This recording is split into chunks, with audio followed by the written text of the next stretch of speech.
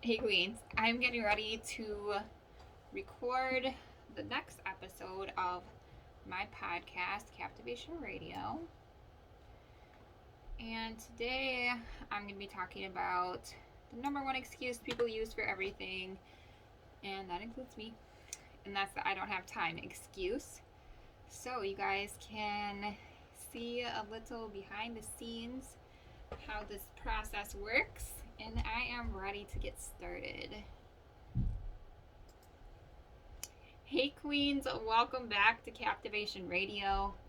Today I want to talk to you about the number one fitness excuse I hear. I don't have time. Now I'm going to tell you something that might sound mean, but I swear it comes from a place of love. If you don't have time to work out, it's because it's not a priority for you. Bottom line, we make time for the things that are important to us. I don't have time is a catch-all for the things we don't want to do. You have to know there are people busier than you that make time to work out. And you want to know how I can be certain of this? I make the time. And this is in between homeschooling 7 kids, taking care of my 2 crazy chihuahuas, being a wife, running a business, trying to be a good friend, writing a book, 900 other things on my to-do list. I still managed to carve out the time. For me, making time for fitness is a non-negotiable.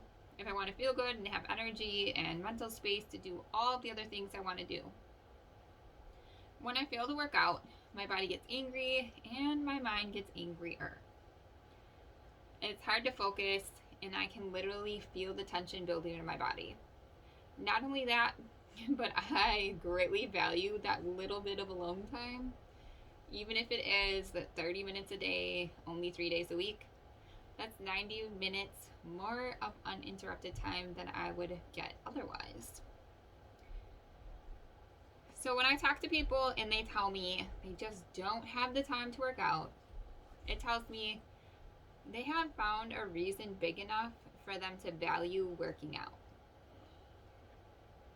People often feel like they're giving up their valuable time to do something that they don't like doing. Ideally, I like to help people have both. I want you to like what you're doing and want to do it, and then you can value it. For most people, their reasons for working out are not clear, or they're just not overly important to them.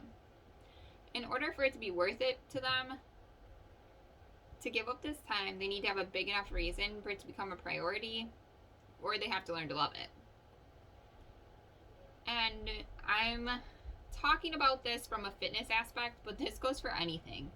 Because the excuse, I don't have time, is a very limiting belief that women and men fall to all the time.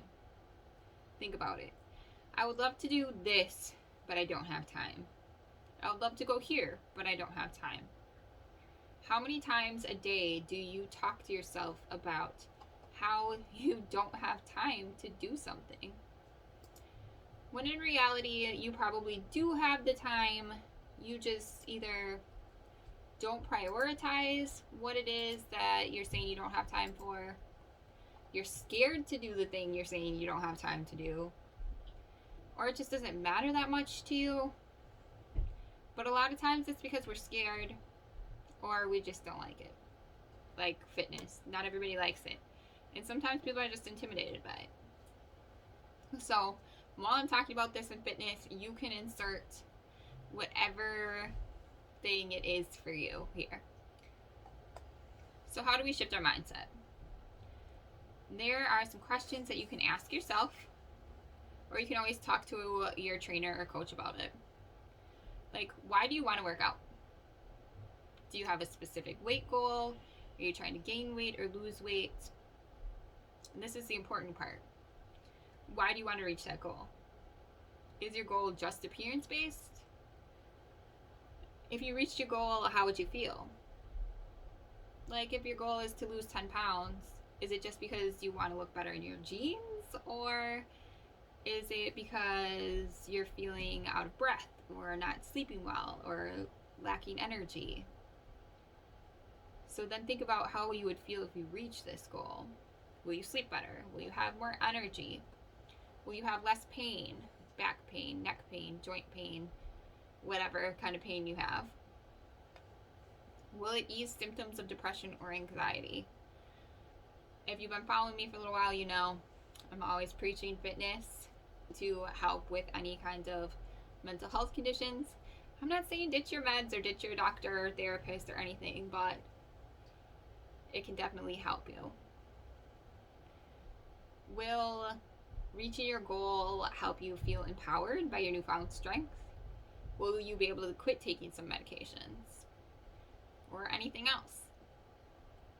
And then when you have these new feelings, what will they allow you to do? Like, will you have more energy to have fun with your family? Will you have confidence to try new things? Will you have more independence that can allow you to do things alone? And all these questions will be on my website, as always, at captivationradio.com. So you guys you don't have to be writing all this down as I talk. I know I talk fast. You can go to the website and you can look at it. If you need more help, reach out to me and we can talk about it. And going through these questions will help you shift your answer from that default, I want to lose 10 pounds, and into something more meaningful, like working out will give me more confidence, which will improve my dating life or marriage. Or having more energy will allow me to take my kids hiking to a place I used to love to go as a child.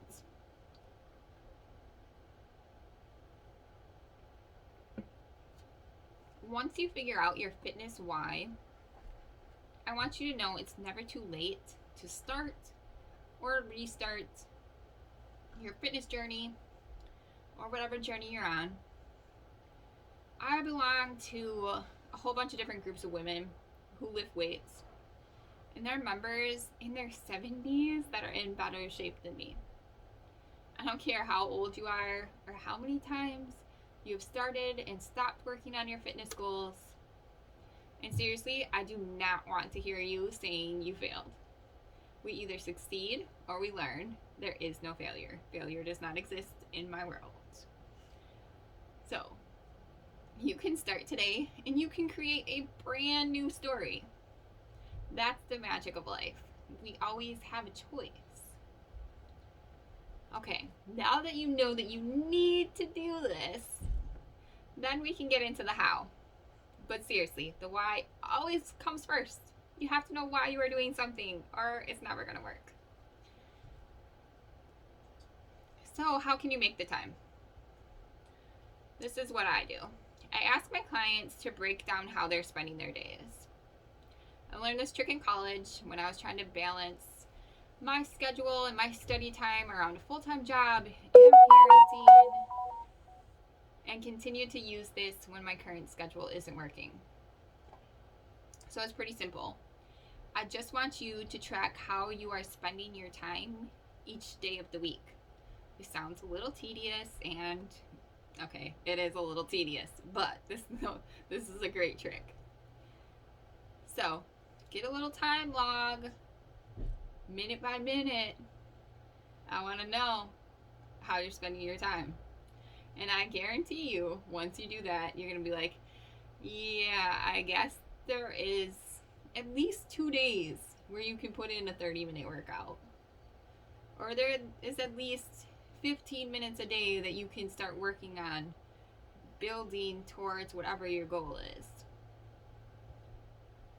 And now, once you have this time figured out, what I want you to do is the same thing that I tell you to do with every other important thing in your life.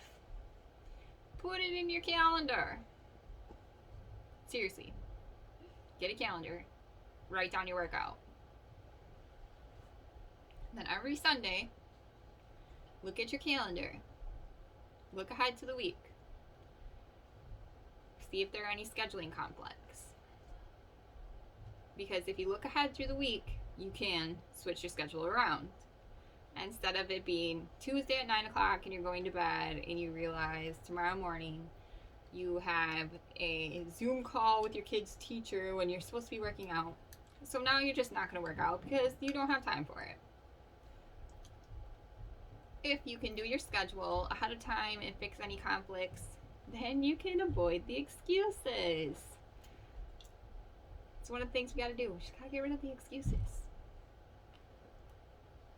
And I totally get if you think you don't have an hour of time to spend in the gym a day. Once you factor in driving time and changing time, it can easily add up to 2 hours. And that's why I suggest that busy women who want to begin a fitness routine do it at home. This eliminates a lot of the roadblocks that many women face.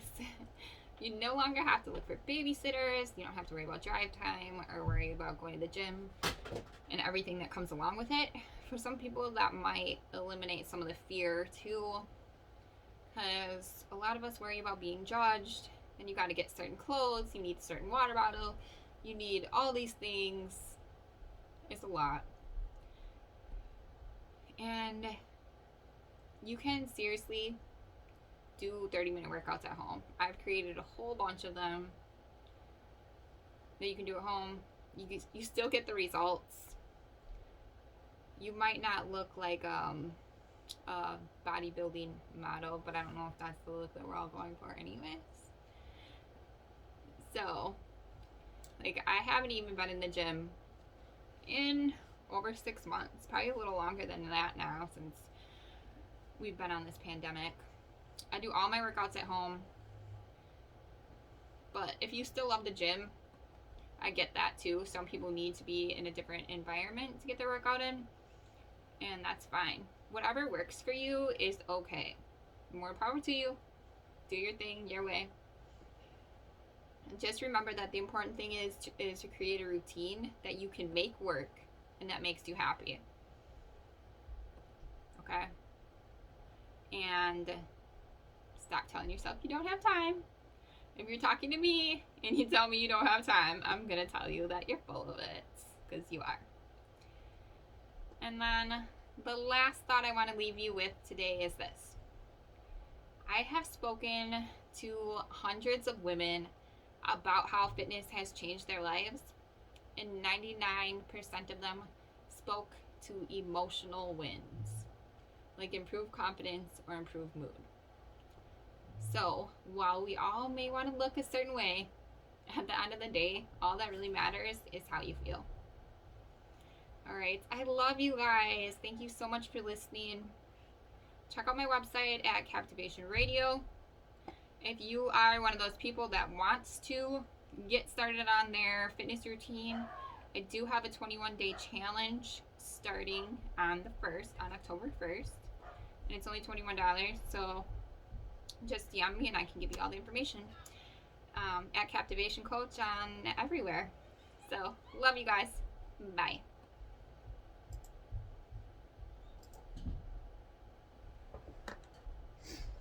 Okay, so now the recording part is done. I don't know if you guys can hear me because my earbud came out. Okay, so the recording part is done. So this is what it looks like when you're done recording. Now what I gotta do is edit. So I don't need a big space at the end. So I cut that out. And then I'm going to take note of where there is a break, like when I stop to take a drink. Right here. So this is where I'm going to split it and put my advertisement in later. So we're at 6:22 there. I got to write that down somewhere.